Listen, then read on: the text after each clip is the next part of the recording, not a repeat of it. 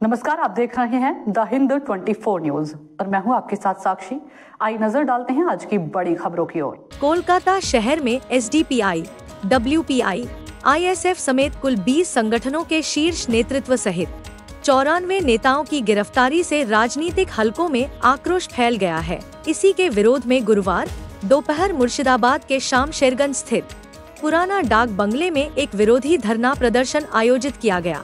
इस कार्यक्रम में विभिन्न संगठनों के नेता और कार्यकर्ता शामिल हुए और सरकार के स्वेच्छाचारी कदमों के खिलाफ तीखा विरोध जताया। वक्ताओं का आरोप था कि लोकतांत्रिक आंदोलनों को कुचलने के लिए ही इतने बड़े पैमाने पर नेताओं को एक साथ गिरफ्तार किया गया है। उन्होंने साफ कहा कि इस तरह की दमनकारी नीतियों के बावजूद आंदोलन रुकेगा नहीं। प्रदर्शनी सभा से तुरंत गिरफ्तार किए गए 94 नेताओं की बिना शर्त रिहाई की मांग उठाई गई। साथ ही मौजूद कार्यकर्ताओं और समर्थकों ने नारेबाजी कर राज्य सरकार के खिलाफ आक्रोश जाहिर किया। আজকে আপনারা মিডিয়ার মারফতে গতকালকে দেখেছিলেন যে কলকাতায় রাজপথে একটা যে ধর্ণা মঞ্চ 20টি সংগঠন মিলে হয়েছিল। সেখানে নওশাদ সিদ্দিকী সহ একাধিক 96 জন নেতাকে অ্যারেস্ট করেছে। কী কারণে পুলিশ প্রশাসন কাছে কোনো প্রমাণপত্র দেখাতে পারছে না এবং সেটা প্রতিবাদে আমরা আজকে শামশেরগঞ্জ বিডিও অফিসের গেটে একটি প্রতিবাদ শান্তি মিছিল। আপনারা যারা সোশ্যাল মিডিয়া লক্ষ্য করছেন তারা দেখেছেন গতকালকে কলকাতার ওয়াই চ্যানেলে যে ধর্ণা মঞ্চ হচ্ছিল বেশ কয়েকটা ইস্যু নিয়ে, তার মধ্যে ছিল এসআইআর। আপনারা দেখেছেন বিহার এসআইআর নামে যে জ্যান্ত মানুষকে তারা ডিভোটার বানিয়ে দিয়েছে।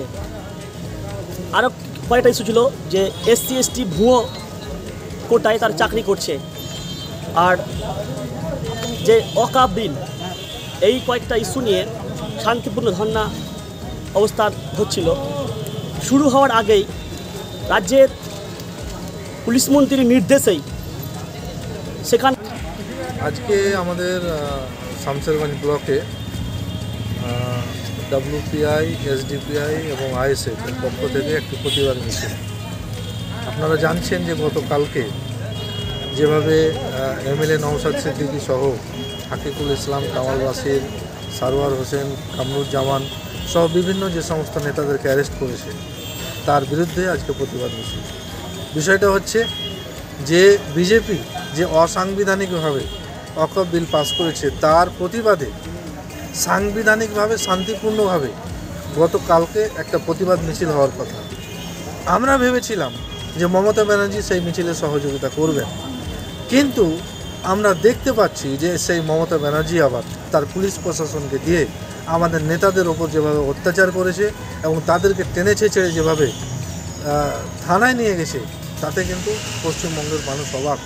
এবং আমরা ভীষণভাবে দুঃখিত যে মমতা ব্যানার্জির ওপর পশ্চিমবঙ্গের মুসলমানরা যে আস্থা রেখেছিল, যে ভরসা রেখেছিল, সেই ভরসা ভেঙে মমতা ব্যানার্জি চুরমার করে দিয়েছে।